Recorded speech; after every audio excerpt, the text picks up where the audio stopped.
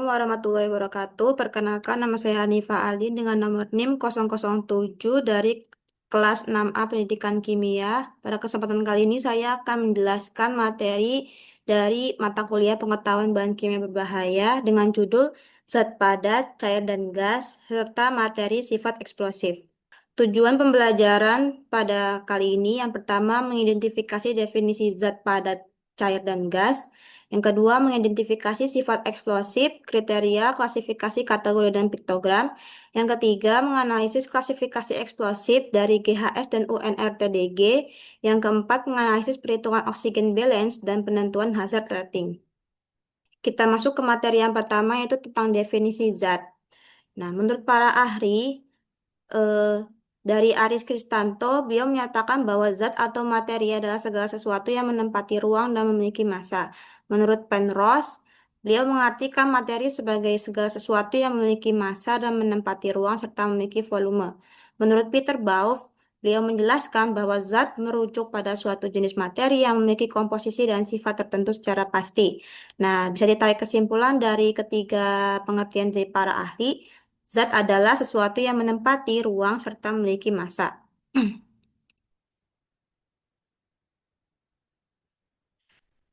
Kemudian terdapat tiga jenis-jenis zat, yaitu ada zat padat, zat cair, dan zat gas. Zat padat adalah zat yang memiliki bentuk dan volume yang tetap. Hal ini disebabkan oleh susunan partikel yang sangat rapat dan tidak dapat bergerak bebas, sehingga tidak mudah berubah bentuk atau volume. Ciri-ciri zat padat memiliki bentuk tetap, volumenya tetap, partikel penyusun rapat dan teratur, memiliki gaya tarik antar partikel yang sangat kuat. Contohnya adalah kayu, buku, pensil. Jadi ketika pensil ditaruh di atas gelas, maka pensil tersebut tidak mengikuti bentuk dari gelas, akan tetap berbentuk seperti pensil. Selanjutnya adalah zat cair. Zat cair adalah zat yang memiliki volume tetap, tetapi bentuknya berubah-ubah menyesuaikan wadahnya. Zat cair banyak digunakan dalam kehidupan sehari-hari dan mengalami berbagai perubahan wujud tergantung kondisi suhu dan tekanan. Nah, contohnya misalkan zat cair itu berada pada suhu yang rendah, maka zat cair tersebut bisa membeku. Tapi ketika zat cair tersebut berada pada kondisi suhu yang tinggi, maka zat cair yang membeku tersebut bisa meleleh atau mencair. Ciri-ciri dari zat cair yaitu pertama memiliki bentuk yang tidak tetap, yang kedua volume tetap, yang ketiga partikel penyusun lebih renggang dari zat padat, yang keempat gaya tarik antar partikel yang cukup kuat, dan yang kelima dapat mengalir. Contohnya adalah air, minyak goreng, dan susu. Selanjutnya ada zat gas. Zat gas adalah zat yang tidak memiliki bentuk maupun volume tetap. Gas akan mengisi seluruh ruang dan ditempatinya. Hal ini karena partikel-partikel zat gas sangat renggang dan bergerak ke segala arah. Ciri-ciri zat gas yang pertama bentuknya tidak tetap, volumenya tidak tetap, partikel penyusunnya sangat renggang sehingga bisa bergerak dengan bebas. Kemudian gaya tarik antar partikelnya sangat lemah dan mengisi ruangan. Contohnya adalah udara, oksigen, uap air, dan lain-lain. Kita masuk ke materi selanjutnya yaitu tentang sifat eksplosif. Nah, sifat eksplosif adalah kemampuan suatu bahan atau campuran untuk meledak akibat reaksi kimia yang sangat cepat yang menghasilkan panas, gas, dan tekanan tinggi secara tiba-tiba.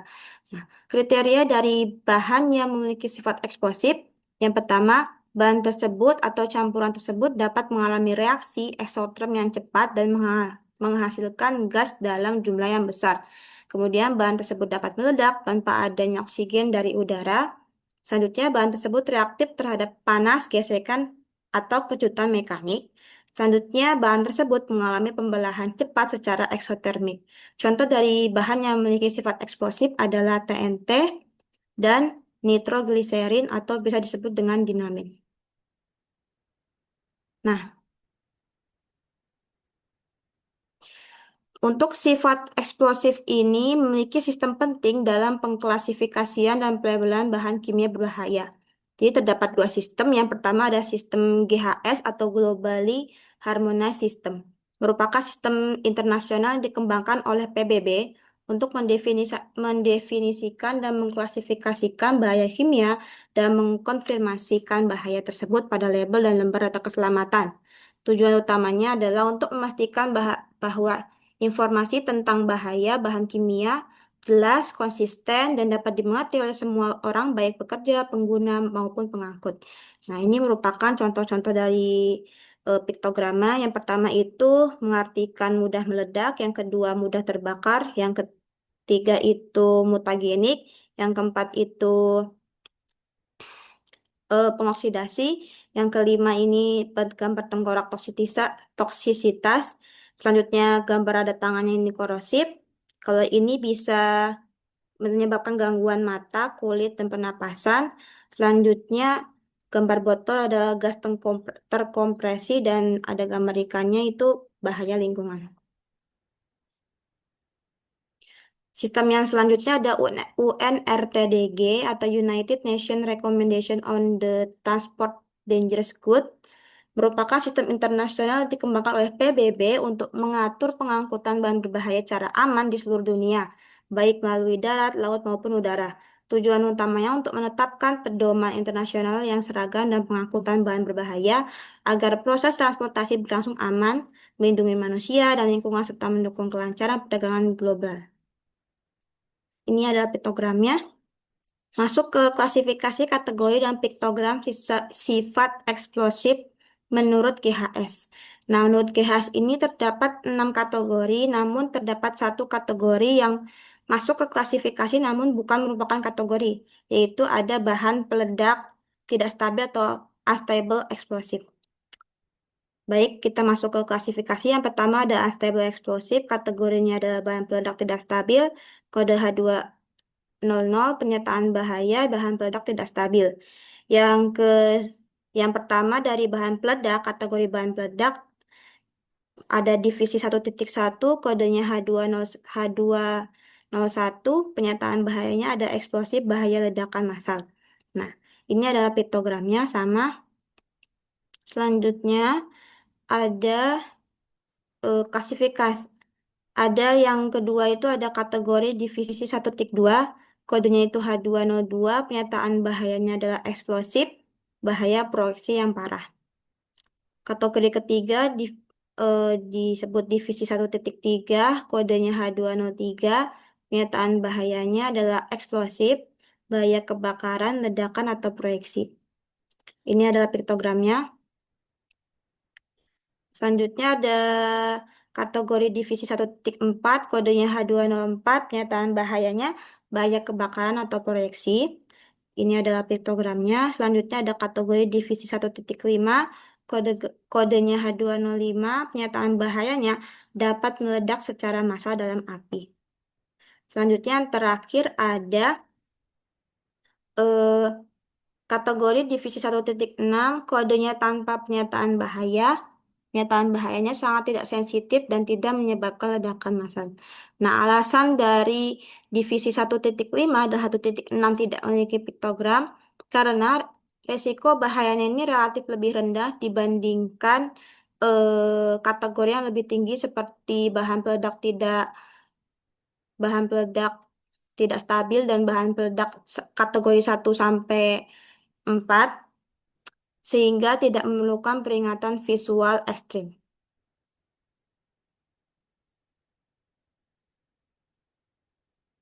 Nah, ini merupakan klasifikasi sifat eksplosif dari UNRTDG sama seperti kategorinya sama seperti GHS ada 6. Namun yang membedakannya adalah untuk di penulisannya ada menambahkan kode huruf untuk menjelaskan jenis bahan. Misalkan A itu amunisi, B itu adalah bom. Contohnya misalkan 1.1D. Berarti bahan eksplosif dengan resiko ledakan massal dan termasuk jenis detonator.